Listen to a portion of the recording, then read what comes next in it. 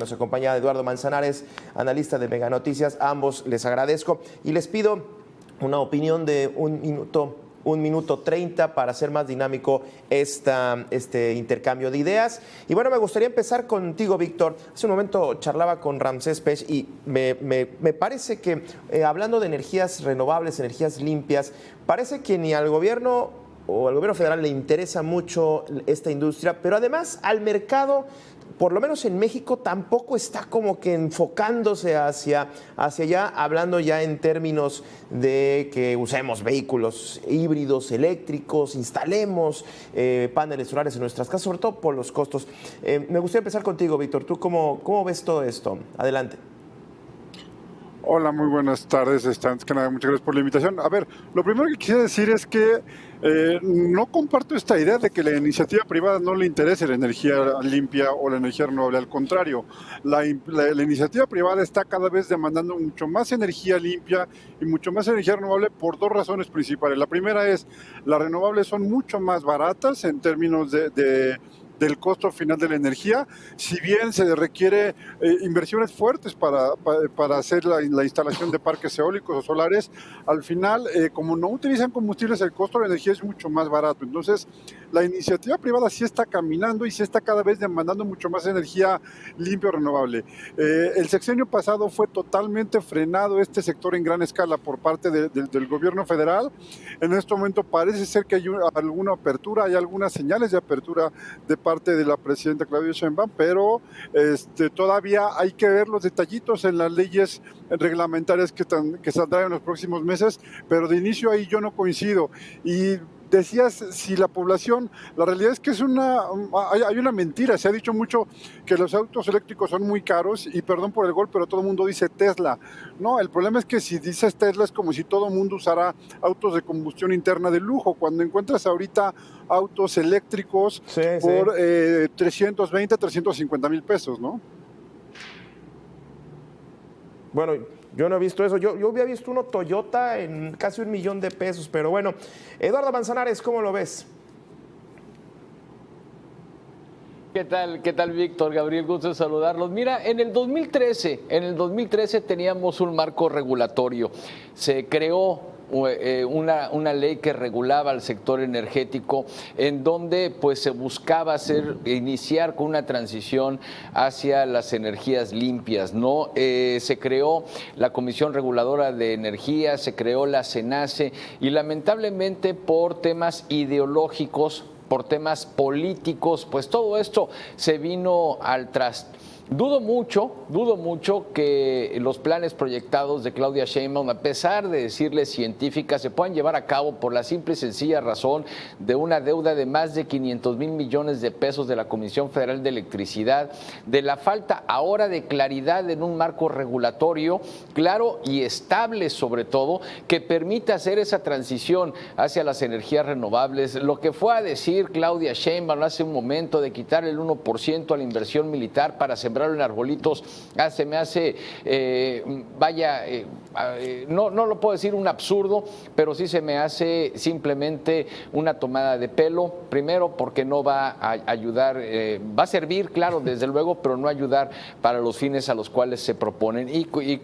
Coincido con Víctor, no podemos centrarnos en una sola marca de automóviles porque ya hay varias en el mercado. No les gustan a los Estados Unidos por ser marcas chinas, pero de que los tenemos y en el rango de vehículos de combustión interna sobre los 370, 400, 500 mil pesos y algunos sistemas de e-Power que le llaman, no voy a decir la marca de la agencia desde luego, pero que utilizan el propio motor de combustión para ir cargando las baterías y eso le ayudaría incluso al consumidor final para poder evitar estar consumiendo la energía de su domicilio o en una gasolinera, Gabriel.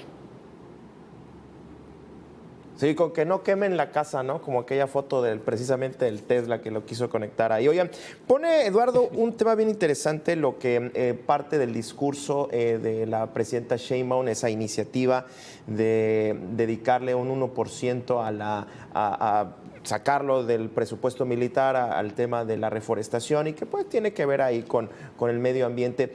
Pero luego cuando uno observa la política, digamos, doméstica, está muy bien la iniciativa, pero en México seguimos con la quema de hidrocarburos, las carboníferas y todo eso. Yo no sé si esto pues realmente sí sea una incongruencia, teniendo en cuenta que pues en México poco se ha hecho en términos de energías renovables por parte del gobierno, Víctor. A ver, yo no hablaría, para empezar es que no puedo hablar del gobierno como uno, porque ha habido varias administraciones. Por ejemplo, en la administración de Felipe Calderón se crearon los modelos de autoabastecimiento verde que permitieron el crecimiento de la eólica de forma muy importante. Con Enrique Peña Nieto creció la solar de forma muy importante. Insisto que hasta el año pasado sí hubo un freno muy fuerte y prácticamente no se desarrolló nada. Desde 2022 no se ha construido un solo watt nuevo de capacidad en gran escala eólica o solar. Sin embargo, en los hogares el asunto sigue creciendo. Este año, si la estadística no nos falla, se instalará más de 1 gigawatt de capacidad solar. Sin embargo, sí hubo una cerrazón el sexenio pasado. Se habló mucho de la intermitencia, se habló de muchas otras cosas. Incluso se intentó modificar la ley para mantener en operación algunas centrales termoeléctricas, sobre todo que quemaban combustible. Yo entiendo que si hay un cambio. Algunos de los cambios visibles que estamos viendo es cuando presentaron este plan de energía hace unas semanas, la presidenta sí habló de acciones concretas que planean hacer, como algunas líneas de transmisión. Sin embargo, ahí coincido con Eduardo, no es suficiente, falta muchísimo. Ellos hablan de una capacidad máxima nueva de generación de alrededor de 28,000 o 29,000 megawatts, no recuerdo la cifra exactamente, pero lo que hemos calculado muchos es que para lograr los objetivos de energía limpia que el propio Estado mexicano se puso en París, necesitamos entre 35 y 45,000 megawatts nuevos de capacidad de generación solamente limpia. Entonces nos quedamos entre unos 6 y 16,000 megawatts abajo de lo que es la meta que necesitamos. Tenemos ya un déficit de 15,000 megawatts que no se instalaron el sexenio pasado y entre 20 y 30 que deben instalarse este sexenio, que veamos si las condiciones dan para eso. Yo sí diría que más allá de las reformas energéticas, la propia reforma judicial es un antídoto para la inversión extranjera, ¿no? Bueno, Eduardo. Eso precisamente de lo que comenta Víctor es uno de los grandes retos que está muy interesante el proyecto cuando uno lee a los expertos como Víctor en las redes sociales, en donde pues en proyecto, en papel, se ve bastante bien, Gabriel, Víctor, pero cuando empiezas a revisar los números y el monto de la inversión que se tiene, cuando la mayor parte del monto del presupuesto se va a destinar a los programas sociales, se va a destinar al gasto corriente, es donde tú te pones a pensar cómo le van a hacer si tiene cerrado el camino a la inversión extranjera. Parece ser que la administración Sheinbaum le daría oportunidad a la inversión privada de poder entrar al sector energético y a las energías limpias. Espero que así se logre. El problema no es que la presidenta quiera o haya dicho que se le va a dar apertura a la competencia y a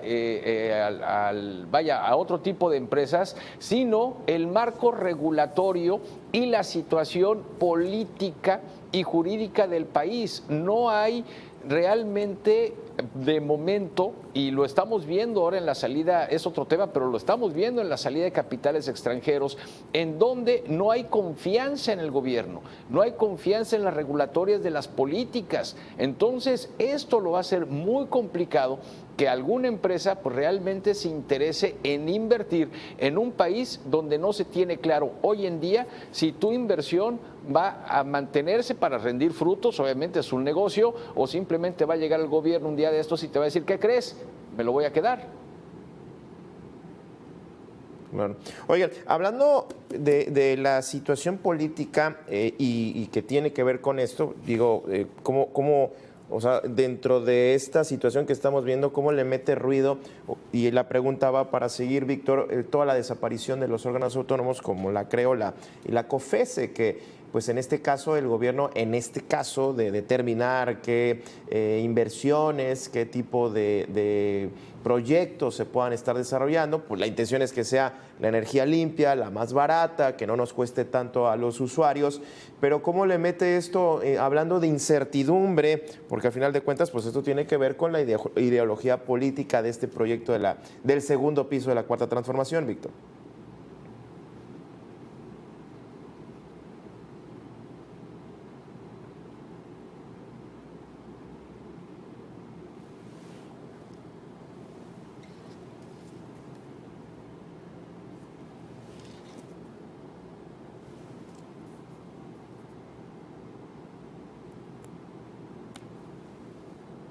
Bueno, no sé si escuchaste mi pregunta, Eduardo, vamos a tratar de recuperar a Víctor, tenemos algún problema, pero déjenme ir a la pausa y si lo podemos retomamos a Víctor, si no regresamos contigo, Eduardo, vámonos a la pausa y regresamos.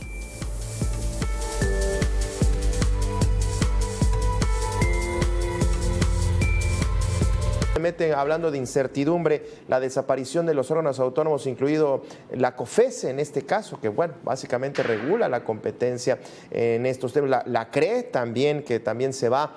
¿Cómo lo observas? Yo quisiera tocar muy puntualmente el punto de la Comisión Reguladora de Energía. ¿Qué es lo que va a suceder ahora? La Comisión Reguladora de Energía va a dejar de ser autónoma para depender de Secretaría de Energía. El problema es que la Secretaría de Energía es también la presidenta del Consejo de Administración, tanto de Pemex como de CFE. Entonces ahora quien preside estos dos consejos de administración se vuelve al mismo tiempo el jefe de los reguladores. Entonces, en otras palabras, es como si el dueño de un equipo de fútbol, o el presidente del consejo de administración del equipo de fútbol, se vuelve también el jefe de la comisión de árbitros de un torneo, ¿no? Pues obviamente genera toda la desconfianza del mundo, y esto además es violatorio del tratado de todos los tratados comerciales que ha firmado México en el asunto de buenas prácticas regulatorias, que busca tener reguladores autónomos, como es el caso de la CRE todavía en este momento, ¿no? Eduardo, pues parece que estamos inflando el globo de la incertidumbre para que nos estalle en la cara, Eduardo. Sí, completamente. Y mira, todavía en el Congreso los diputados quisieron tratar o intentaron o están intentando al menos quererse curar en salud, y se dieron cuenta de ese traspié. Alguien les ha de haber dicho que la eliminación de los organismos autónomos regulatorios de la energía eran violatorios del Tratado de Libre Comercio, que está próximo a revisarse. Entonces salieron con la vacilada de crear organismos públicos descentralizados, es decir, gatopardismo puro, pero con la diferencia de lo que acaba de decir Víctor: son simplemente juez y parte en el tema regulatorio. No considero que los Estados Unidos se vayan a comprar la idea de un organismo público descentralizado como un similar para el tema regulatorio de energía. Si por situaciones, insisto, por situaciones ideológicas, lo que se tenía, pues prácticamente se echó a perder. Es un borrón y cuenta nueva, pero con una idea ideológica, con una idea política, y no pensando realmente en la transición hacia energías limpias. Dependíamos del petróleo, ahora ya ni siquiera vamos a depender del petróleo como ingreso en el país. Se tiene que, como una de los grandes retos desde mi punto de vista, es tratar de eliminar cualquier sesgo ideológico de este tipo de políticas, buscar un marco regulatorio y que el Estado mexicano pues salga beneficiado de este marco regulatorio, desde luego, y olvidarnos ya del falso nacionalismo, Gabriel, eso de que la energía es de los mexicanos, porque esa parte ideológica de recuperar la soberanía energética, pues es como nos tiene hoy en día pendiendo de un hilo, porque no sabemos lo que va a pasar con el TEMEC. Pues sí. Sí, una comisión federal bastante atrasada en tecnología. ¿Cómo sumaríamos, Víctor, la llegada de Trump en este caso? Al final de cuentas, Trump va también a defender pues ciertamente intereses. Los empresarios estadounidenses, algunos de ellos que tienen los proyectos de energía renovables, también van a decir: oye, defiéndeme, presidente, ¿no? Hay dos puntos. Uno es ese, sí, que es que muy seguramente los generadores de energía renovable que están en México van a pedir al presidente Trump que los defienda. Sin embargo, una realidad es que son muy pocos los participantes de Estados Unidos. En México sí los hay, pero la gran mayoría, o hay más capital europeo, te diría yo, metido en México, ofreciendo energía renovable, participando en el mercado, que norteamericanos. Sin embargo, sí, hay un asunto ahí de que Trump ha sido experto en generar turbulencias económicas y la situación que México le ha dado, como la reforma judicial, la reforma hace unos días a las empresas productivas del Estado, que ahora ya son solamente públicas, la desaparición de los reguladores y la llegada de Trump, es el caldo perfecto para que este globo que dices que estamos inflando se pinche antes y termine explotándonos en la cara, ¿no? Claro. Bueno, Eduardo, para concluir, por favor, tienes un minuto. Bueno, por lo pronto los grandes retos que tiene México es, insisto yo, en este marco regulatorio claro y estable, en una mayor infraestructura, porque obviamente nos falta el financiamiento y la resistencia al cambio. Muchos de nosotros tenemos la idea de que instalar paneles solares, por ejemplo, es caro, pero cada vez se están volviendo más baratos. Bueno, pues muchísimas gracias a ambos. Les agradezco a nombre del equipo y a usted también que estuvo con nosotros esta tarde. Por cierto, mitad de semana, le agradezco. Le invito que se quede en Mega Noticias. Con permiso, buenas tardes.